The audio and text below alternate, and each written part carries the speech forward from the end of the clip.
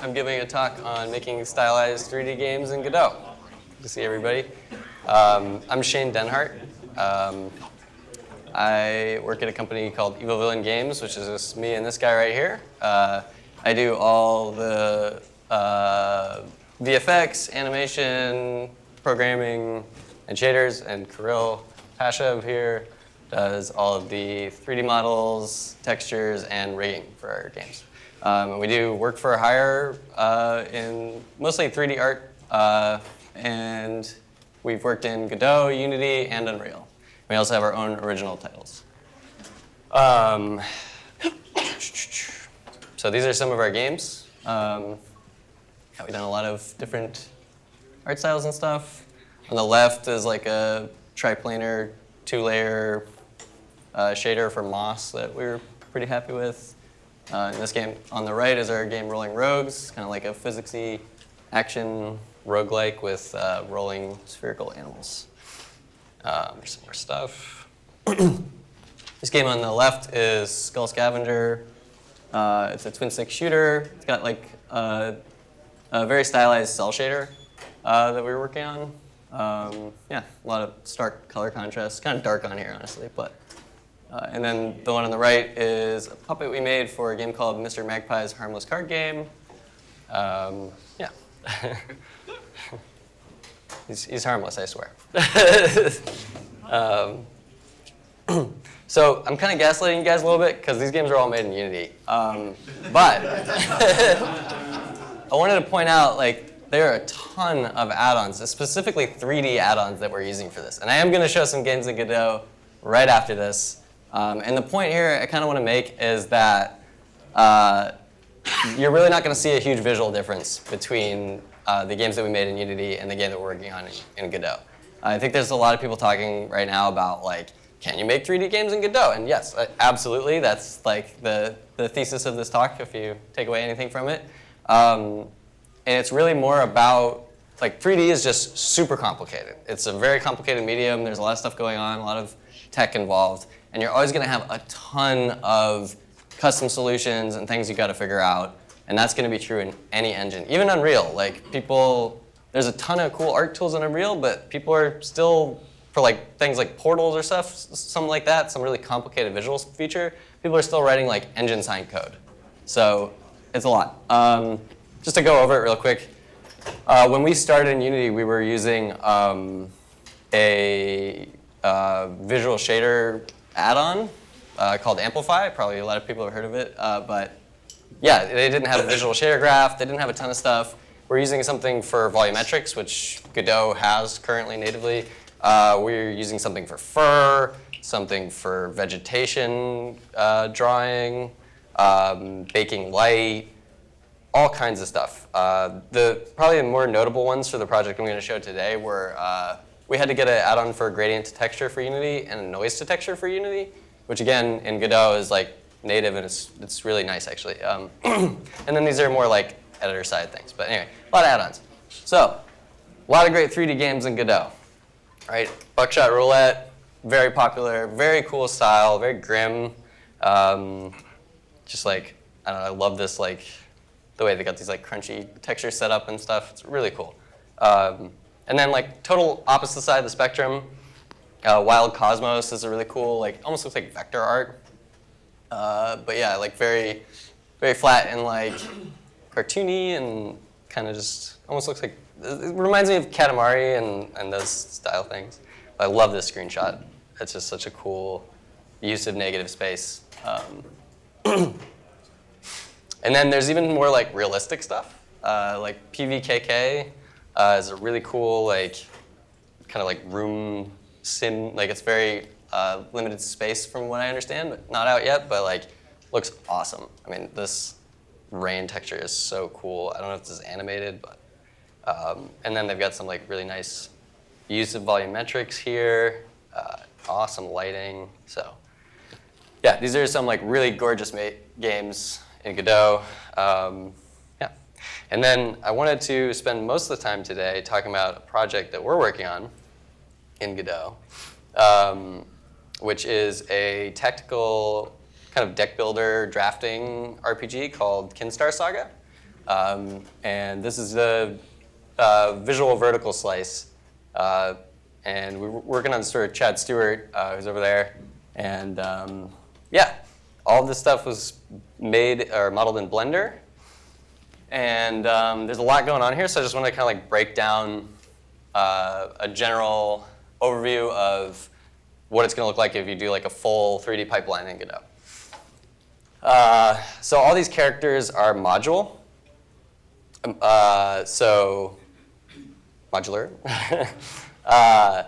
So basically, like they're all come in parts, and this is kind of this is a demo scene, so it's not exactly the same as the way the game works. We do this a lot smarter in game. We actually have Chad wrote a script that takes the armature out of these models and builds everything, and there's a character creator and all that stuff, but I just threw this together to demo. But yeah, you can see you can like swap out the chess pieces or whatever, and they'll kind of be different, all kinds of different equipment. So this is all using one armature. They all use the same animations. Yeah, it's very efficient for a small team to create like a lot of different characters. So that's, and then I want to talk about the gradient shader a little bit, which is kind of fun to look at. So another thing we're doing, big scene hierarchy here. So all of these are hooked into this gradient shader thing we have. And this is not the hair they're using, so I'm just going to swap it. It's really nice for this sort of like anime style that we're using, and the gradient assets in Godot have been like a huge help with that. You can just kind of like very quickly get a completely different look to a character. Yeah, and this is using we built this shader using Godot Visual Shader Graph. So my scroll wheel's a little messed up on this mouse, so ignore that. But yeah, it's a kind of a big shader, but most of this is just we're using a mask to determine where the gradients land on the character. And because of that mask, we can render like all this stuff in one draw call, and it has like a bunch of different. We can build 6 different gradients into it, and you don't get 6 different materials. It's all one material. So that lets us get like shiny things and all kinds of stuff without doing a lot of extra rendering. And this really wasn't hard to build. We had built this in. We actually built this in Unity 2, and it's pretty much the same shader. Like it wasn't hard to move over. It's all kind of a similar setup. Okay, so I have these slides to remind me what I'm supposed to be talking about in this scene. So for terrain, there are some cool terrain add-ons in Godot. Like there's like Terrain 3D and all kinds of neat stuff.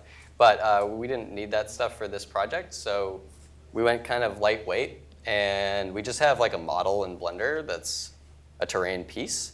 But we've got a kind of a neat shader on it. Again, it's like that 2-layer moss shader that you saw, where it's in world space. So you'll see as I move it, the texture doesn't move, really. And whenever you put it somewhere new, you kind of get like a different looking setup for the ground.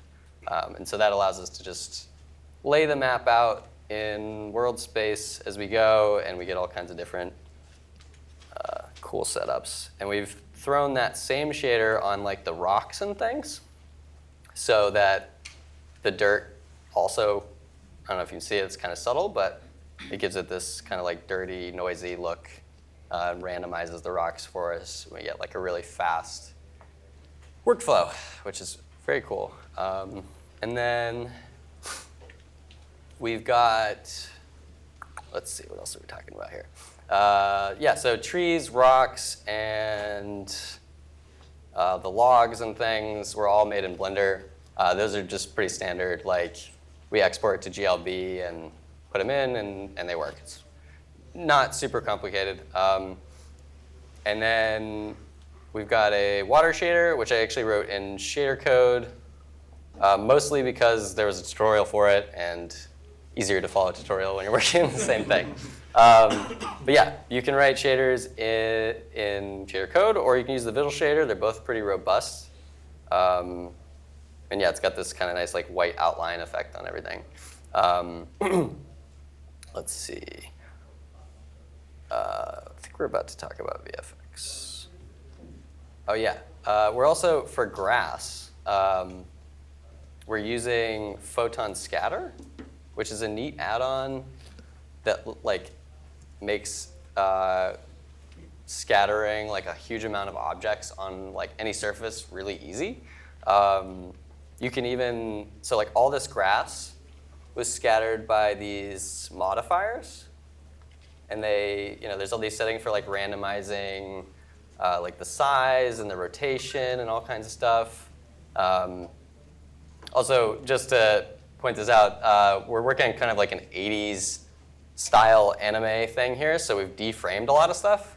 Like this is not lag. We worked the wind into a shader where we're like deframing the grass as it blows in the wind a little bit to get it that kind of like anime look. But yeah, so yeah, with photon scatter, you can literally just like move all this stuff, and it'll recalculate and rescatter all the objects, and that's a lot of grass, and it's doing that pretty quick.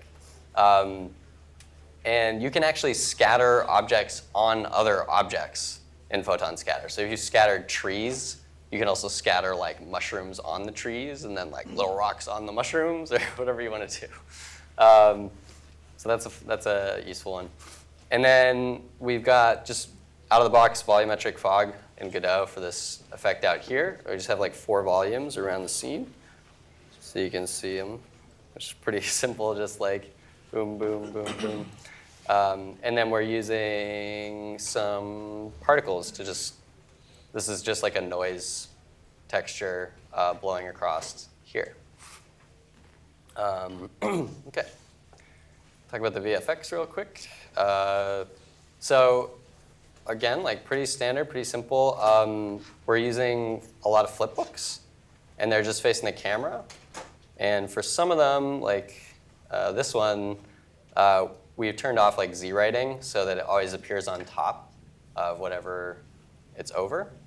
Same thing with like this guy. Yeah, kind of cheesy, like 80s again, like anime stuff. And then I guess for the more complicated VFX, the trail on this laser, which unfortunately is cut here because of the way I did the animator, but in the real game, it lasts a lot longer. But you'll see like there's a quick trail here. This is, Godot doesn't natively have like trails in 3D yet, but it does for particles, but not for like objects. But this add-on GPU trail 3D is really, really useful. Very cool. So using that, and then last thing for VFX, we made another shader for this fireball.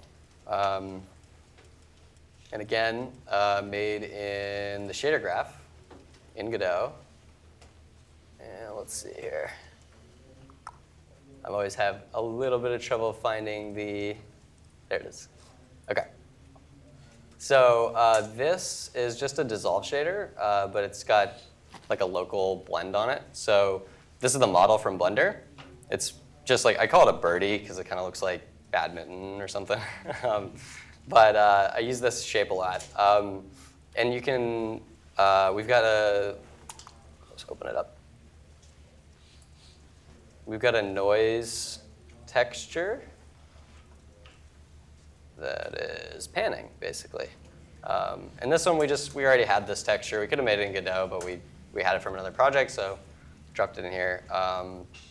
And yeah, you just got a pan thing on here, and there's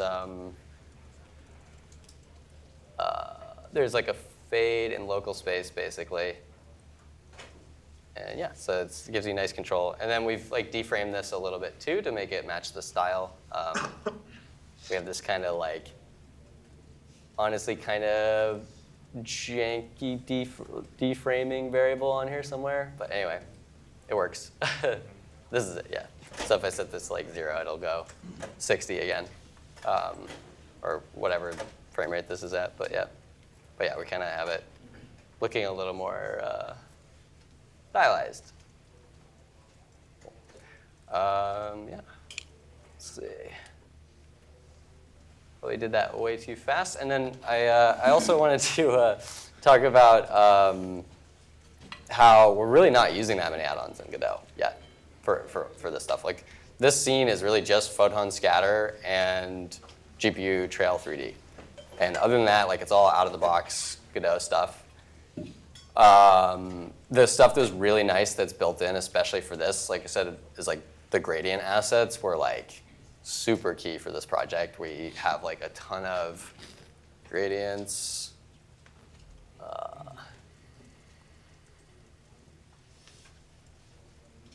There's just like all of these little gradient assets in here, and you can like drag and drop them onto characters for different hair colors and all kinds of cool things. And then the noise generator has been super helpful for a ton of reasons. Like it's just, you use noise all the time when you're doing VFX, so it's nice to have it like built in, not have to go to another program. And yeah, volumetrics are fun. They look great. And yeah, worked really well in our foggy, and that's also partly like the swamp environment, right? You want to build your art style towards your engine, and Godot has like this great 3D, or this great volumetric fog, so like, let's use it. Let's build a scene that actually uses it. Yeah, that's pretty much everything I have to show. I don't know if people have any questions. There's like a lot we could poke around into. Yeah, do you want to step up to the mic and?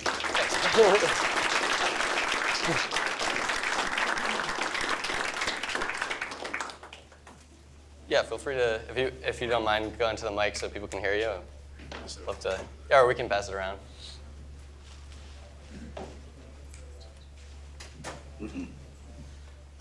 You mentioned that you have like these multiple gradient maps in one material, like in one draw call. Can you show off like how you do that a little bit? Yeah, sure.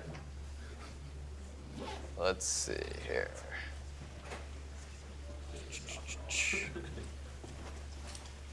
It's a good object to click on for this.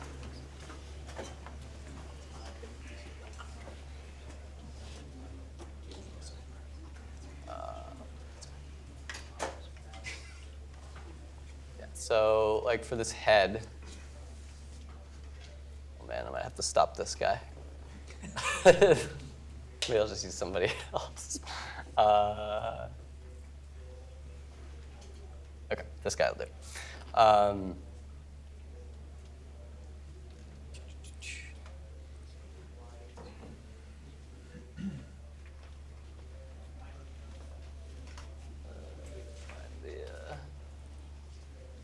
Okay. This is a bad example.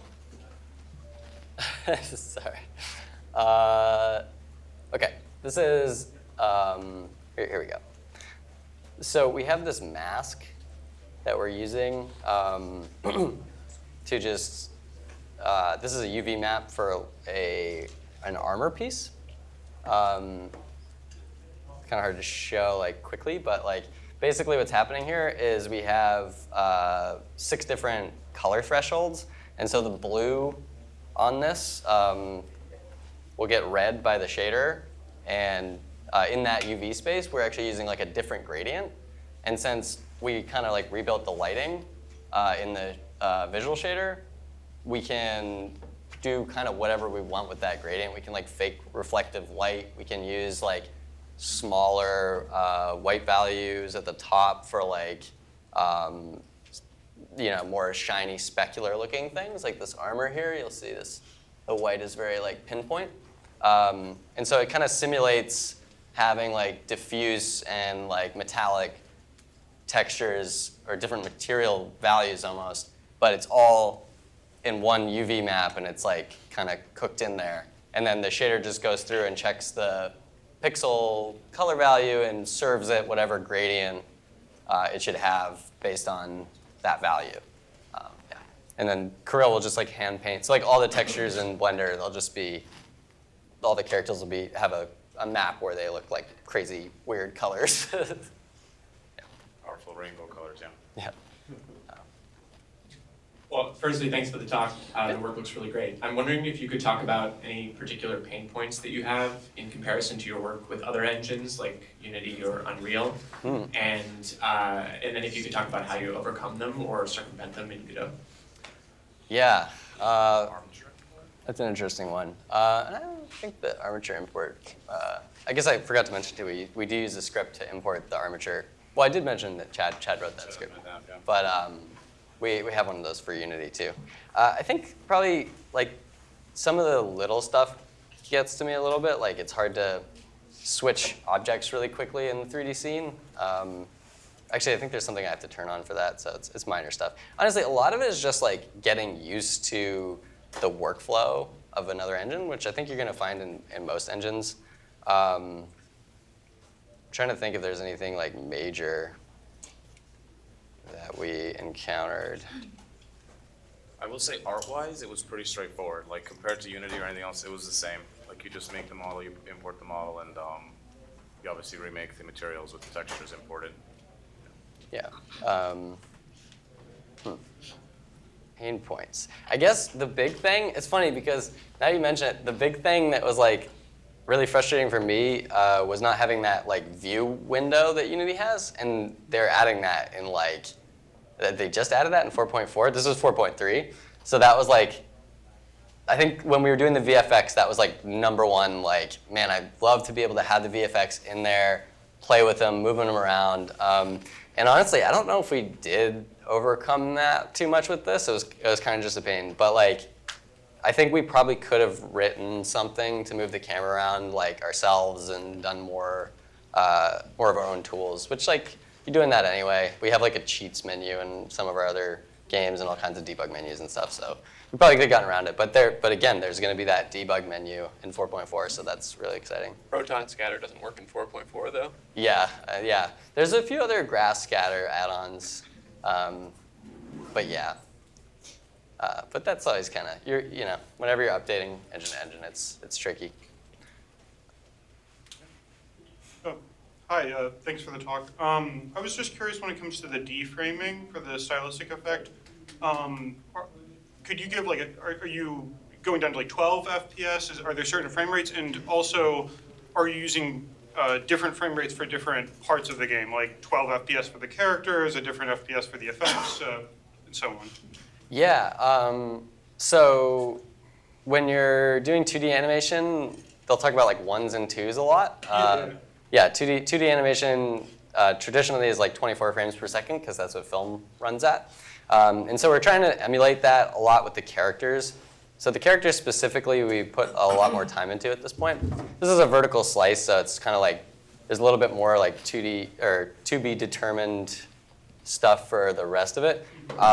But like our fog particles, that's at 40. I probably just eyeballed that and was like, I don't know. That's probably not really like an 80s thing. Like I think that's something that probably came along later, but you would see a lot of like 30, 40, probably 30 frames is more common, like N64 era 90s anime kind of stuff. You would see like these newer digital effects, and that's kind of what I was thinking of with the fog. But the characters, yeah, like we'll skip some frames. Like you'll see, I'm trying to think if there's a really chunky one somewhere. I think when this guy falls down, we start using twos more. And there's even some like threes, like in the idle animations. Yeah, like this one's like really deframed because he's barely moving. So it's really like a per case basis. Oh, okay, okay. The big thing for mimicking 2D animation is thinking about what would cost more to draw. Because that's why they did that, right? So it's like, if they're barely moving, use very few frames and you'll look kind of like you're trying to save budget 2D a little bit. Thank you. Yeah. Hi. So I noticed you mentioned that there was like a world space shader that was, doing the ground texture. Yeah. So I played around with that a little bit, and I've found pretty quickly that world space tends to be 3D, whereas textures tend to be 2D.